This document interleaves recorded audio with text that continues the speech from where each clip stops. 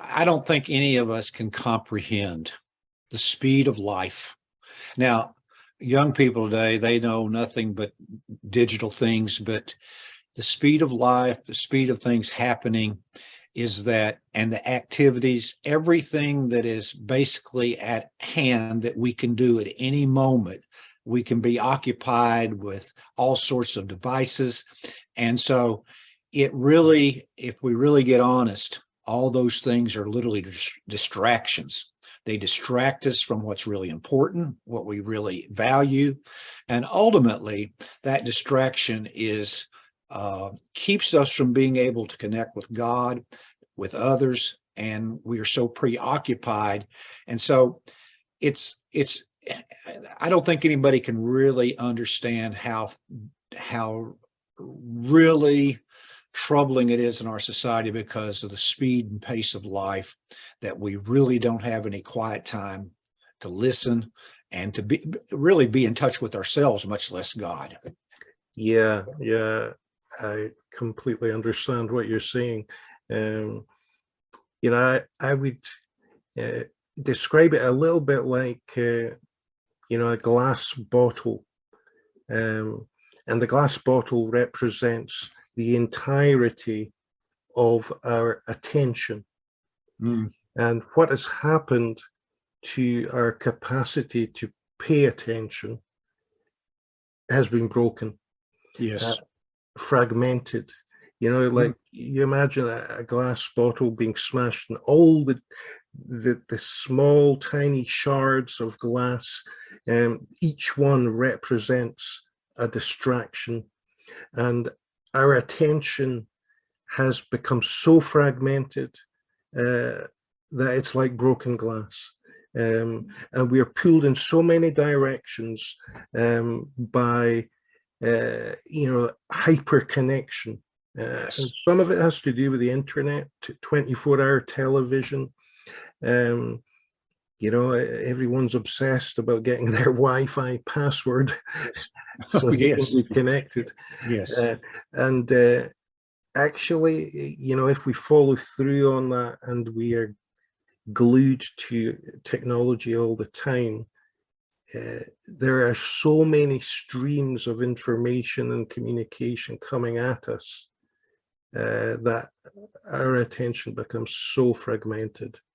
Well, I'm going to steal something from you. I'm going to steal that illustration because that really describes it as well as I know of it. I mean, our, yes, our shards just shattered everything. So, Yeah, yeah, and mhm. what we're looking at today is silence and solitude, and how that can help us in our walk with God. Why do you think that some Christians avoid silent prayer? They, I think that I know that in the United States and American culture, especially the Protestant, my background and Catholicism is not quite. They're used to having silence in their services and everything, but part of the whole journey of walking with Christ and intimacy is that we always felt like it needed to be a dialogue, that we needed to talk. We need to talk to God. We need to voice it. We need to ask questions. And we felt like that if we didn't speak it, if we didn't confess it, if it was just in our head, something was wrong. And to go silent prayer was like, well, you're not really praying and that's just a lot of tradition, a lot of things of how we're raised, and also how we're wired in our cultures. And so I think a lot of it is, it just has made us feel like that and we're uncomfortable ultimately with silence. So we will get into that a little bit, but I think a lot of it's just how we've been taught and what we think prayer is. How would Yeah, you think about yeah, it? yeah. I think we've uh, we've kind of gone down the route of what I would, and I've done it myself, very wordy approach to our faith. So, and don't get me wrong, I love preaching, and I love to listen to preaching, and I believe it's God-given and can be very powerful. But a very wordy approach to our faith, Yes. means that it becomes very cerebral. You know, it becomes very logical, very rational, and I think they speak about the left side of the brain.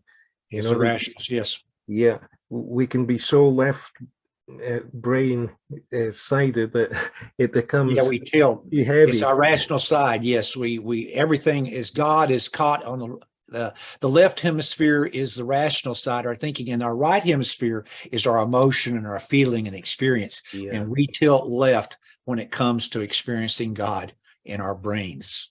absolutely. And I think that's part of the Protestant approach to faith. The Yeah, and it's not all wrong. No, not at Having all. a clear exegesis and understanding of Scripture, and an exposition and preaching from that Scripture is hugely beneficial. But if that's all we have, what about experiencing God in silent prayer, for example?